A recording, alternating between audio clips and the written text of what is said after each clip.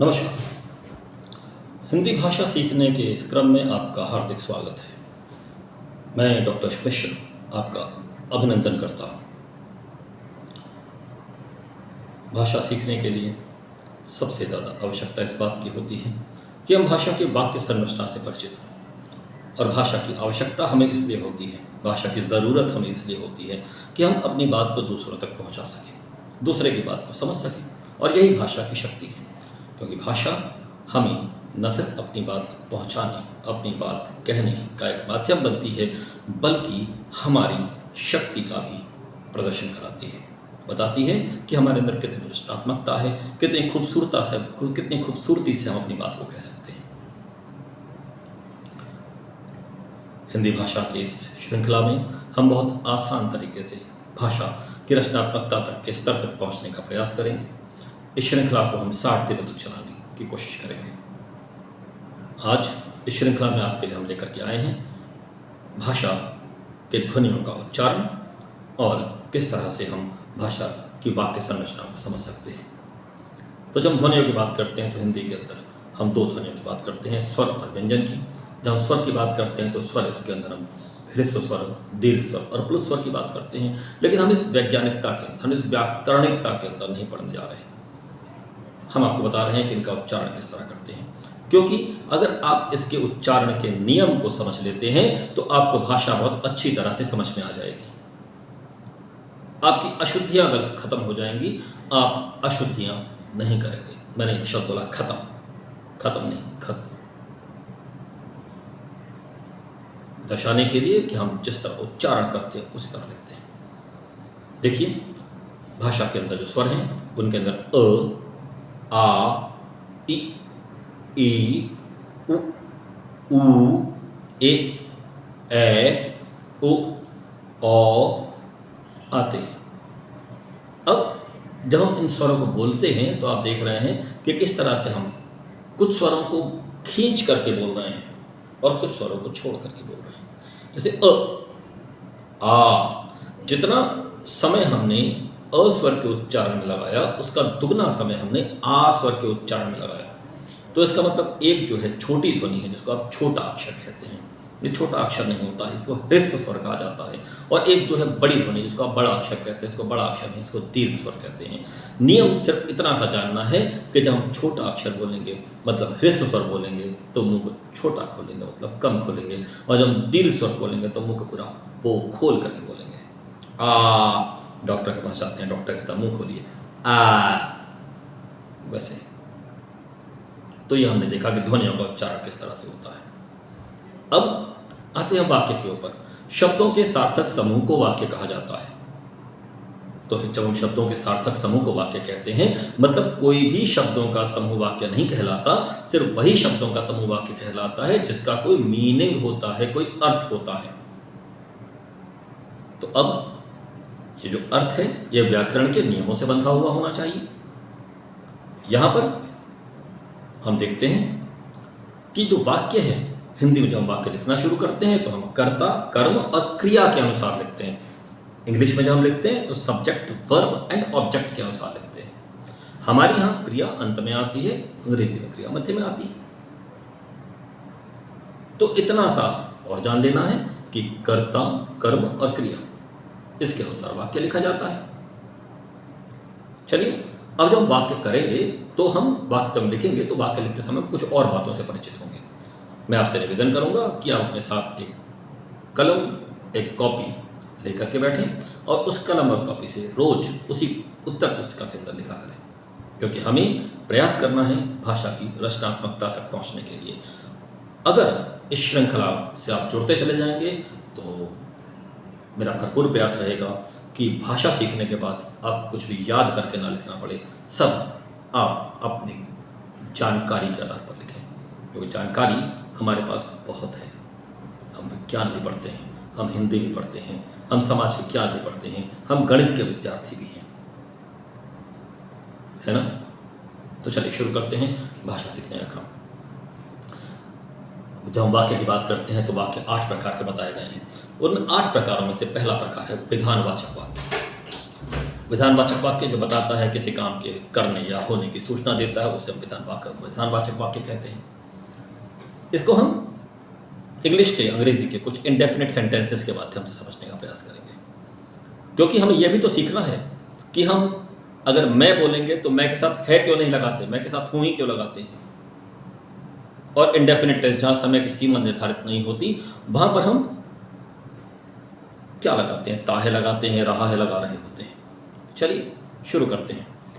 तो हम पहला वाक्य लेते हैं कि I go to the temple daily. अब यहां पर जब मैंने बोला I go to the temple daily तो यहां पर आई शब्द का इस्तेमाल किया। आई शब्द के लिए हम यूज करते हैं मैं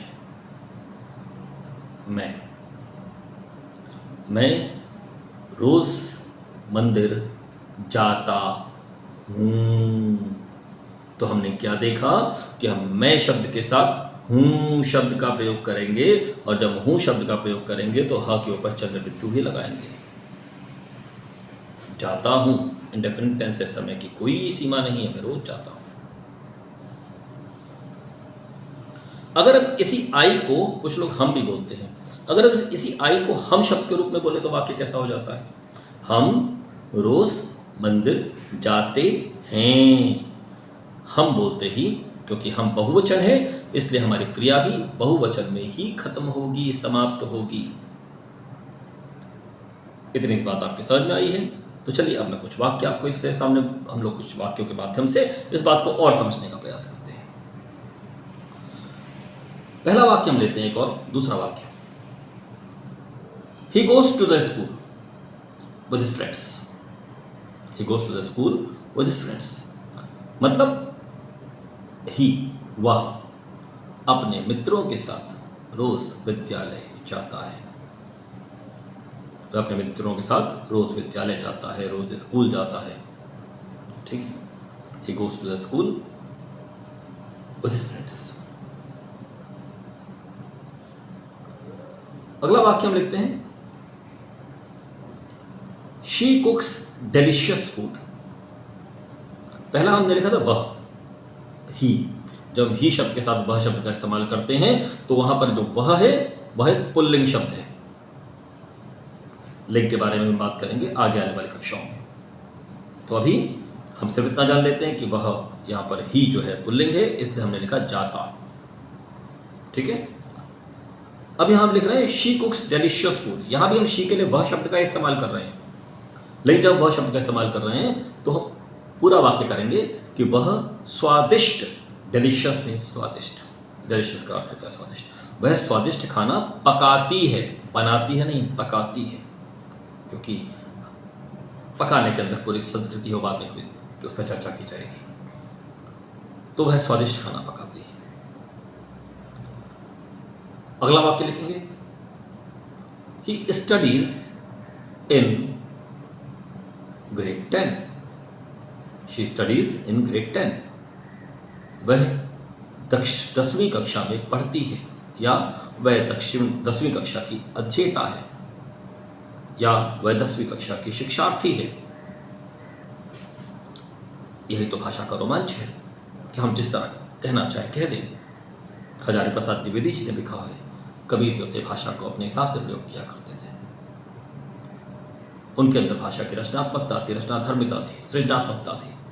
अभी तो हम बहुत साधारण स्तर पर हैं, पहले स्तर पर हैं, पहले पड़ाव पर हैं। हम तो अभी सिर्फ ये जानने का प्रयास कर रहे हैं कि जब हम भाषा लिखते हैं तो उसके अंदर भाषा की व्यवस्था क्या होती है, ताकि हम गलत वाक्य ना लिखें। तो भाषा की व्यवस्था के अंदर हम देख रहे हैं कि कर्ता, कर्म और क्रिया, याद रखने वाली बात है, कर्ता, कर्म और क्रिया। पहली बात हमने देखी, मैं के साथ हूं शब्द का प्रयोग। वह अगर पुल्लिंग है तो ता है आएगा, वह अगर स्त्रीलिंग है तो ती है आएगा। इस तरह देखते हैं दे के लिए, दे सिंग्स वेल। दे मतलब बहुत सारे, प्लूरल हो गया, बहुत सारे, बहुवचन हो गया। जब बहुत सारे लोग जाएंगे तो हम वह नहीं बोलेंगे, तो हम बोलेंगे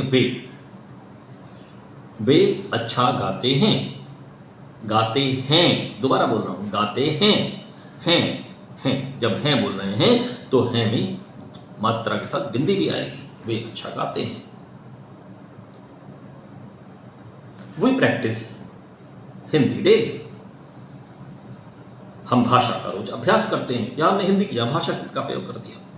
हम हिंदी का रोज अभ्यास करते हैं, हम भाषा का रोज अभ्यास करते हैं। आई लाइक दिस गेम, मुझे यह खेल पसंद है। अब हमने देखा मुझे शब्द का प्रयोग किया, मुझे यह खेल पसंद है। ठीक है, और एक और वाक्य ले लेते हैं, वी प्ले क्रिकेट, हम क्रिकेट खेलते हैं। इस तरह से हमने आज देखा कि किस तरह से भाषा की व्यवस्था होती है, कर्ता कर्म और क्रिया के आधार पर भाषा बनती है।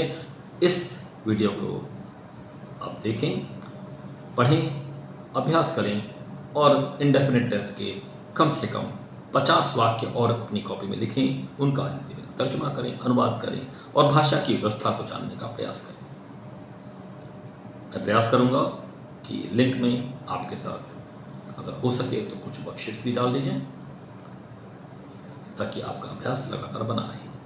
आज के लिए इतना ही, कल फिर मिलेंगे श्रृंखला के दूसरे वीडियो के साथ। नमस्कार।